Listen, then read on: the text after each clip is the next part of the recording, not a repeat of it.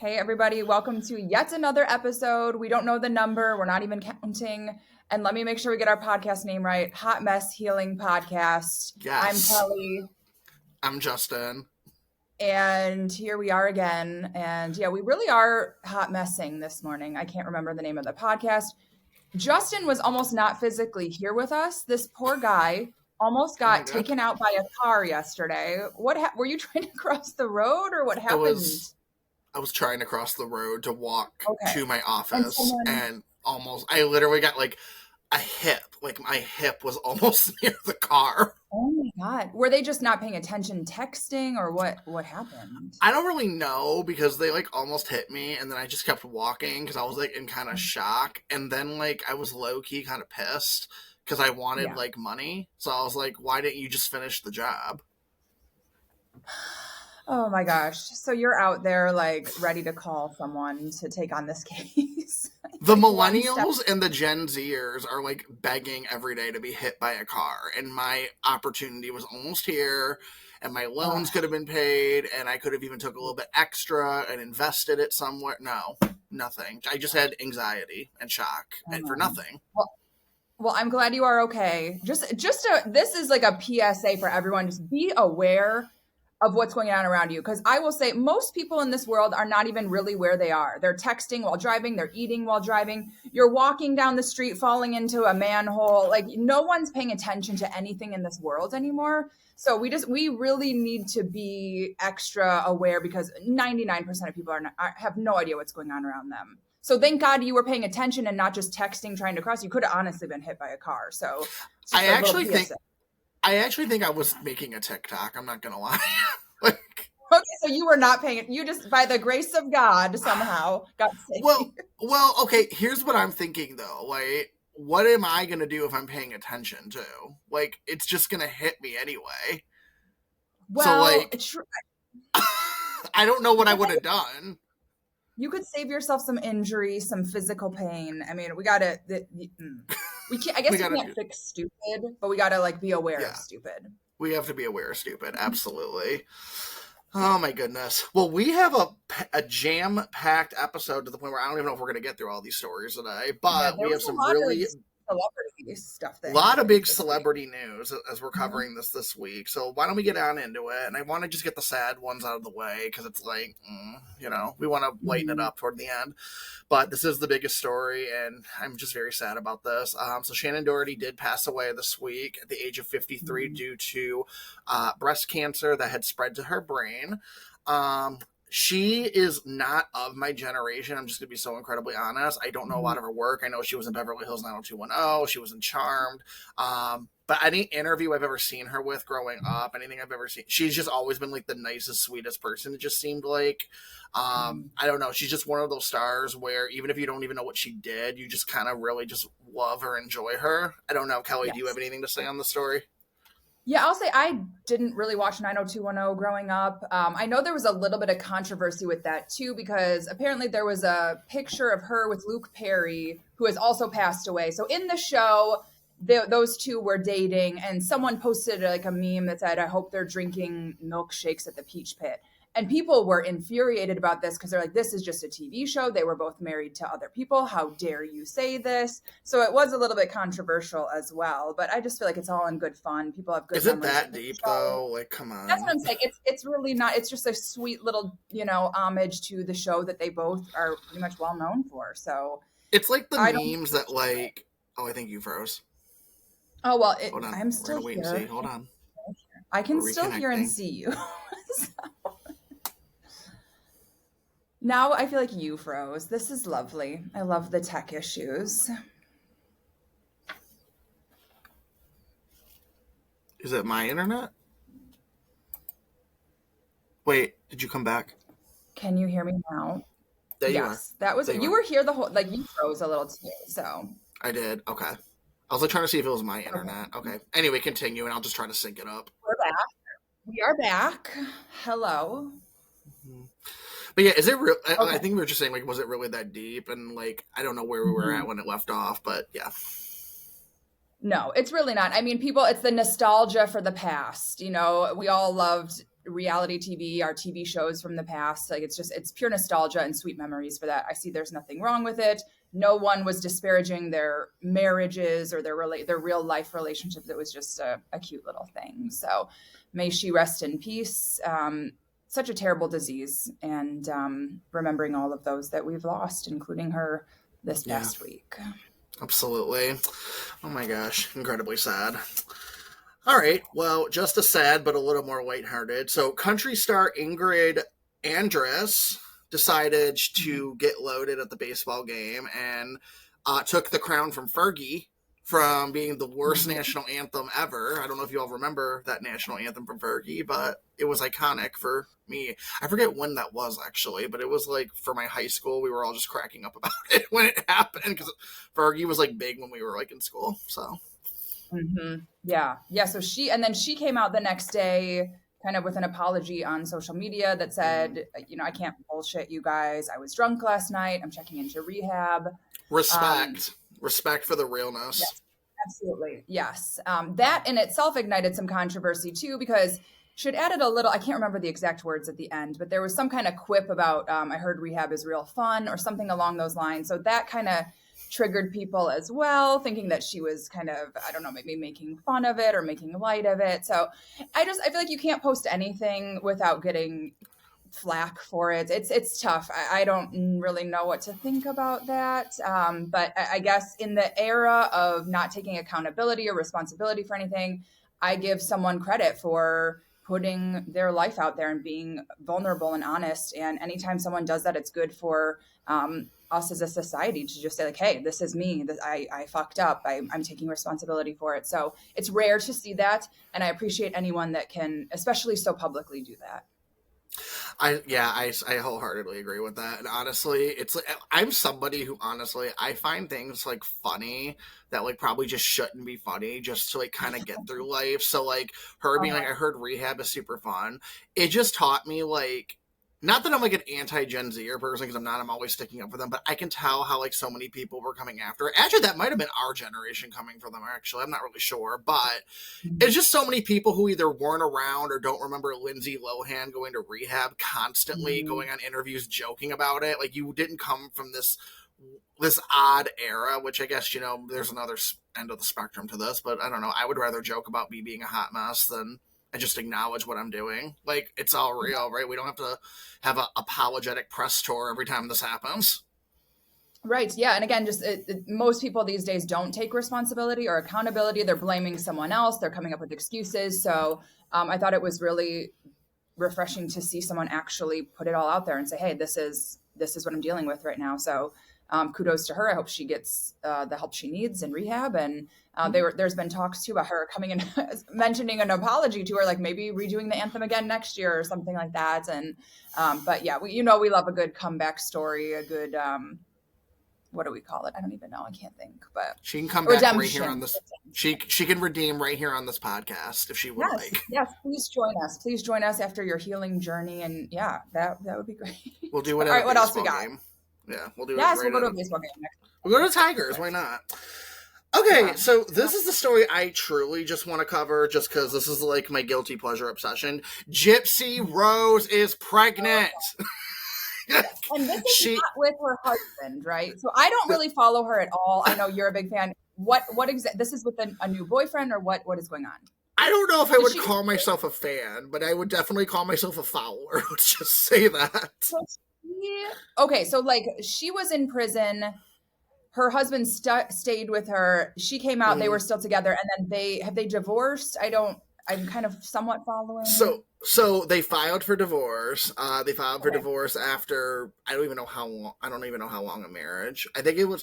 I want to say if I got this timeline right, I think they got married in prison. Don't quote me, Gypsy, if you're listening. But I think he got married to him in prison, and then I think within a few months of being out of prison, they got divorced. It's giving Kim Kardashian and Chris Humphries for the Lifetime show, but anyway. Okay. I don't know. Yeah. It's just that that's just all this is giving me. I don't really care. Do whatever. I don't care if it's real, if it's not. I don't care. But she got married. She filed for divorce. She got back with her ex-boyfriend, who I don't know if they were engaged or not. I've heard they were engaged. I don't know for sure. So we're just going to call him her boyfriend. So she got back with her ex-boyfriend that she met in prison before Ryan. And now she's pregnant, allegedly, with his baby. Okay.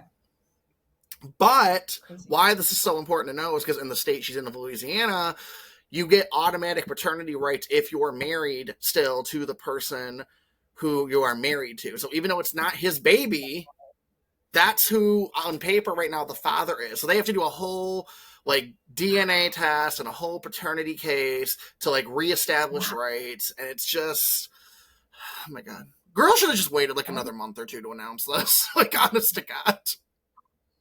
Wow. That's interesting. I had no idea that was even a thing, but damn. Well, congratulations. And her current and her previous marriage, by the way, it's all getting documented on the Lifetime show, which I don't watch right now. I just watch everything on social media, but all of it's on Lifetime right now if you want to watch it. Okay. Maybe we need to start watching Lifetime Network and catching up on gossip there, but that's awesome. Good for them. I mean, exciting times for them. A little bit happier. It's interesting how the cycle of life is. You know, we start off with death, and then we have a new baby. It's just a reminder of like how short life is and how beautiful life can be and how tragic it can be, and it's really full circle. So it's a full circle. Yeah. And everyone says online how manipulative she is, because we all know what her original case, you know, being in prison was about, right? Obviously. And a lot of people say she's manipulative and what she's doing is again. I'm gonna say something, and I'm trying to pick the right words of what I want to say, because I don't want to come off as an asshole, but I know I come off as an asshole regularly on social media. So I need to just pick my words very carefully. I think that you have to have a certain level of either life experience or smartness or awareness to manipulate someone. And I'm not saying that in a way that she's dumb. I'm saying in a way of like, she literally was in this state of trauma since, I don't even know how, like 19, I think. And at one point she thought she was age, I think it was 14 or 15 when she was actually 19. So she found out she was like 19, or I forget how all this went down, but she was lied to about her age. She had so many medical procedures done. And then right when she becomes an adult, goes to prison after she escaped. So she never got to become an adult, really. Yeah. And she became an adult in prison and never got to have like any of those transitions that we usually get. So I don't think this is her manipulating anything. I think she's literally figuring this out as she's going. Yeah. Yeah, I agree. Yeah, it's like whenever, you know, if there's like drug use or a trauma, you kind of get stunted at that age where that happened or that first started. So yeah, you're right. I think we need to stop judging people in general. Live and let live. I guess that's an interesting thing, considering her case. Live and let live. But you know, we're not the morality police over here. We're not. We're not. I think she's one of those weird cases where, like, regardless of how you look at it, it's like you can't sit here and say like, this is like a 1 in a million type of thing that happens in this world. And it's like, how can you even like, how do you judge it either way? I don't necessarily say I support her. It's one of those things where it's like, I don't condone, but I understand, if that makes sense. Yes. Yeah. Yep. And I don't know, she's just figuring out life. And the reason I like laugh and I like to cover it, I just love somebody who's like figuring out life, is a hot mess, and they just own it and they just put it out there. Yes. That's what I was saying. And that's so rare these days. Normally, again, people are hiding, excusing, you know, blaming everyone else but themselves. But for someone to take accountability and to also make the changes that are required is like, yeah, so refreshing these days. So I know we're going to probably like end pretty soon, but I also wanted to bring up, because I just saw this morning, and you and I talk about online kind of bullying or comments or how you deal with stuff as a public figure. And you had some drama about someone the other day talked about, this is exactly why I would not go to a male therapist. And someone had commented that. And gosh. I thought your response to that was so well said. So someone had commented on Justin's, was it a post or a reel that you had done? I think it was a reel, I think. Yeah. Okay. And they said, I know what it was. It was the why you shouldn't be in therapy reel. Okay. So he posted this thing. It was, you know, kind of more lighthearted, but also more serious. I don't even know, but someone had commented this guy's tone is exactly why I would not want a male therapist. And I was just curious, like, you had a very mature, level-headed response to it. And you basically said like, hey, I'm not for everyone. And let's face it too, like the fact that there's not a lot of male therapists in this world. I've had a lot of male clients come wishing they could see a male therapist. So I think, first of all, we do need more male therapists just in general. but you had such a great response to it. And I just wanted to kind of commend you for that. And you just, you could have come back and been like, oh, well, I don't care what you think, whatever. But you were just saying like, hey, I'm not for everyone. This is why there's a lot of other women in my practice. I can refer you to someone else. And I think that's such a great response. So I just wanted to give you kudos for that, because that was well said. I do appreciate that very much. I really do. And to be fair, before I did say that, the first story was a screenshot of the comment that said, I love my supporters with a heart. So yes, I did. Yes. But it's interesting because it brings up, kind of the more like systemic issues within the therapy space itself. And I always tell my clients that if you don't like me, if we do an intro session, even if we're a couple sessions in, like if I am not the therapist for you, it doesn't hurt our feelings. And as a matter of fact, like I will help refer you to other people, other agencies, other colleagues that I know, because truly, like the therapy's not about us. It's not about like our ego or like, oh, you don't like me. It's just, it's just not a match sometimes. And that's the reality of therapy. So if you don't like us, we will help you find someone. We'll try to help you.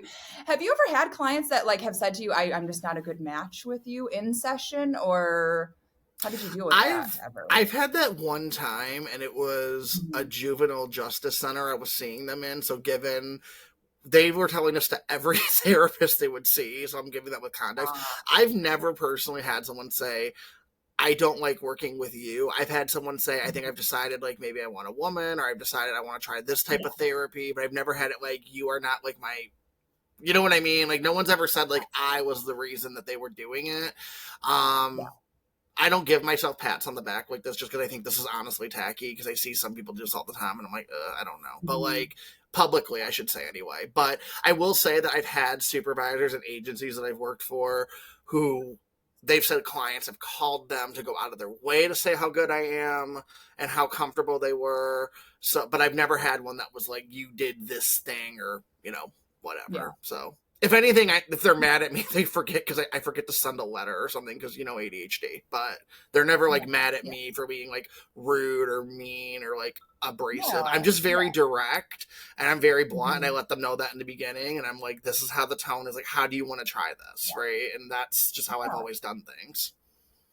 And I'll be honest, I've had a couple male therapists in the past, and some of my best experiences have been with male therapists. It's just, it's a different perspective. It's what you're looking for, like you just find your match, whether that's a man, woman, non-binary, whatever it is, find what you're looking for. And sometimes you have to go through a couple therapists to realize like, it's like dating, but you have to kind of go through some people to be like, okay, this is who I'm comfortable with. So yeah, but I was just glad with the way you handled that. So props to you. Thank you. I appreciate that. Oh, my goodness. Okay, I have one more story before we kick off today. It's only going to take 1 minute, and then we're going to wrap up, guys. Okay. I just want to let you all know, if you're ever looking into a career change, it is never too late, because Bad Baby, Danielle Pergoli, you may know her as a rapper. You may know her on Dr. Phil saying, Cash Me Outside. How about that, right? Iconic. She released her OnlyFans statements. She made $57 million on OnlyFans, y'all. And 20 million of it came from private DMs. So what does that mean? Like they're paying to text with her and stuff?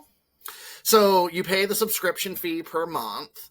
And okay. I need to say this for the record. I've never done OnlyFans or whatnot. By the way, I just know how it works. I don't even know how it works. So I'm like, I know how it works. I've looked into it because I was like, maybe I could try it for like a therapy thing I'm doing. And then I realized, this is going to look really bad. But then I was like, maybe that's what we need for the brand. I don't know. But basically, like you pay your subscription fee. So that's like your access to the page. And then they have like unlockable posts. You could pay like $20 for this unlocked post, or you could DM the person and be like, send me this picture of you and like a banana or something. And then like they'll just make it for you. A content request. That's our, okay. All right, damn. Well, shit, we are in the wrong career field, clearly. I mean, damn, get the bag. That's incredible. So the next time your therapists are like, can I post that swimsuit photo on the beach? Yeah, you can, because she's out here making $57 million. I guess she ain't a therapist, though, so, but whatever. $57 million. Oh, my gosh. I'd give up my license for $57 million. I would. Yeah, right? I would retire. Oh, my God. Even like half that. Are we going to need to move this platform? That's all I'm saying. Are we going to need to move our podcast?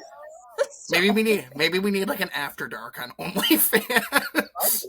Hey, you know, we know a couple people. I mean, why not? Why not? I'm never, never say never, right? Never say never. I agree. All right. Well, hopefully you guys will catch the next episode as long as Justin keeps looking where he's walking in the crosswalk and don't look down at your phone ever. But all right. Well, I'm glad you're with us today, and I'm glad these celebrities are having such decent weeks. And again, rest in peace to Shannon Doherty, a true icon from movies. Yes. Yeah. Hopefully next episode will be a little less depressing, but gotta kind of play the hand you're dealt. So it is election season, so it probably won't. But it's gonna be a tough year. Yeah, we started this podcast on the wrong year. Like we really should have started in 2023. Seriously, oh my gosh, yeah, there was a lot more like celebration going on. But all right, well, I hope you have a good rest of your day, everyone listening. And yeah, we didn't have a viewer question, so you guys please write in for next week. Give us something to solve. Give us a problem to help you solve. Exactly. All right, everyone. You take care, y'all. Okay. Bye.